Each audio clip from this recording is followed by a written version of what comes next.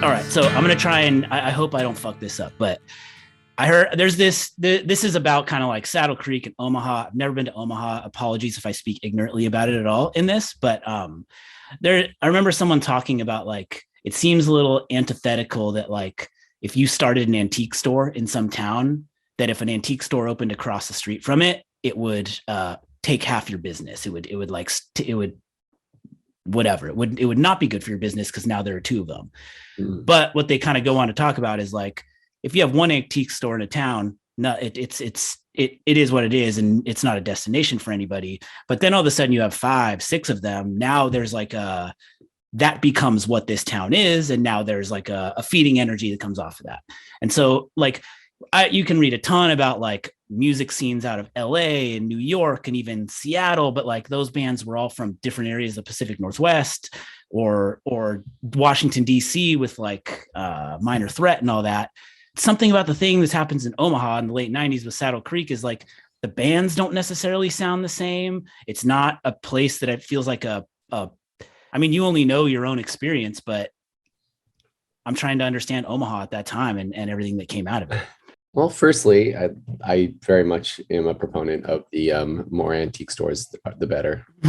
It's something that I think is talked about often. We have a couple, myself and the other gentleman in Cursive, we have a couple bars in Omaha, and I'm always a fan of like, because both of our bars kind of just sit off a little off, and one's like way off in the cut, and the other one's just kind of like a little off to the side. And if we had more bars around them, then you'd have a scene. Yeah, that's like what you call, it'd be like you'd have like a corridor of bars, and yeah, it just brings more people, actually, not less. And yeah, you're right. If there was if it would have been just Bright Eyes or just the Faint, there wouldn't have been like a story there, or the story would have been like more of a footnote, like they happen to be from Omaha, Nebraska. Can you believe that? But to have like a slew of bands from there, I think it was kind of that definitely made the story. There wasn't a lot of a discussion amongst ourselves, between us all, about like, you're Connor, you're doing folk stuff, so we have to go over here and do, like that's already taken. We didn't really talk about it, but I do think that it was all kind of there's a lot of like silent implication of or you know what, or how about maybe the bands talked about it within their own little circle. Uh-oh, this is turning into a horror movie as your door is opening behind you. That's either a cat or a dog with something's pushing up against it. Oh yeah, dog. I don't know. She made it. Small person with a knife. Yeah, she. I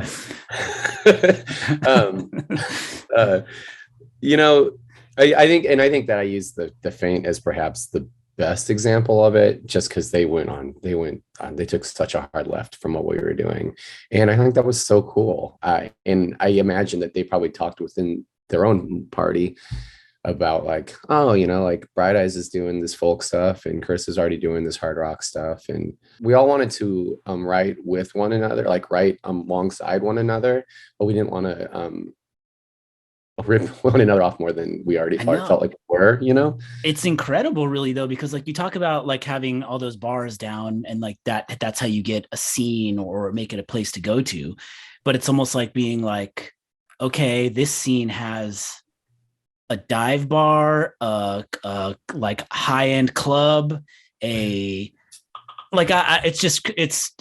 not like one of these scenes where it's like, oh yeah, a bunch of skate punk came out of San Diego in like the mid 90s or whatever. It's all of a piece, and there's really some kind of like artistic exploration or something, like a thread that binds it, really.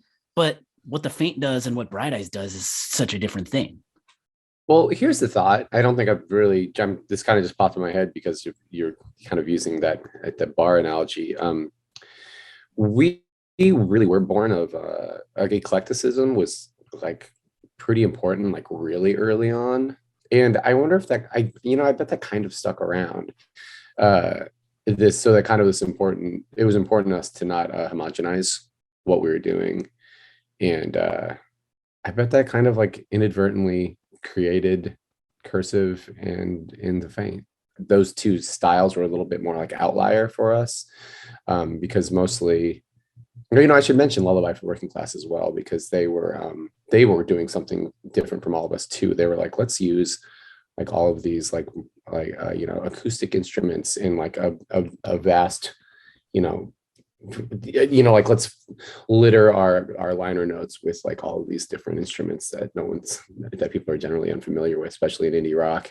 But anyway, yeah, that's what we were born of, is indie rock. Absolutely. Right. I mean, we were born of Archers of Loaf and Spoon, and but then also Fugazi, and just all kinds of stuff, Superchunk. But yeah, I mean, that really feels like, when I'm saying that there's like a thread that binds it, that's what feels like there is, and like what you just mentioned about Lullaby for the Working Class, you see those.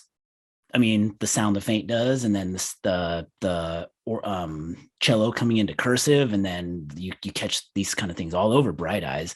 It's like, what is that instrument? Why is that there? It's cool, it's a deliberate choice.